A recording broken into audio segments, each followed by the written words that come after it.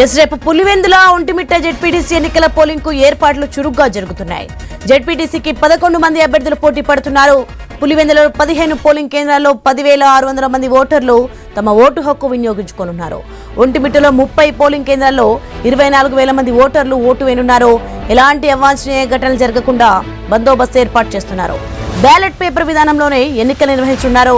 నెల 14న ఫలితాలు వెల్లడి కానున్నాయి.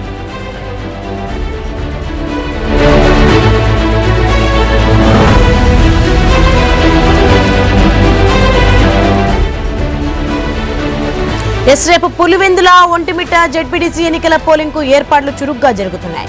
జెడ్పీటీసీకి 11 మంది అభ్యర్థులు పోటీ పడుతున్నారు. పులివెందులలో 15 పోలింగ్ కేంద్రాల్లో 10,600 మంది ఓటర్లు తమ ఓటు హక్కు వినియోగించుకోనున్నారు. ఒంటిమిట్టలో 30 పోలింగ్ కేంద్రాల్లో 24,000 మంది ఓటర్లు ఓటు వేయనున్నారు. ఎలాంటి అవాంఛనీయ ఘటనలు జరగకుండా బందోబస్తు ఏర్పాటు చేస్తున్నారు. బ్యాలెట్ పేపర్ విధానంలోనే ఎన్నికలు నిర్వహించనున్నారు. ఈ నెల 14న ఫలితాలు వెల్లడి కానున్నాయి.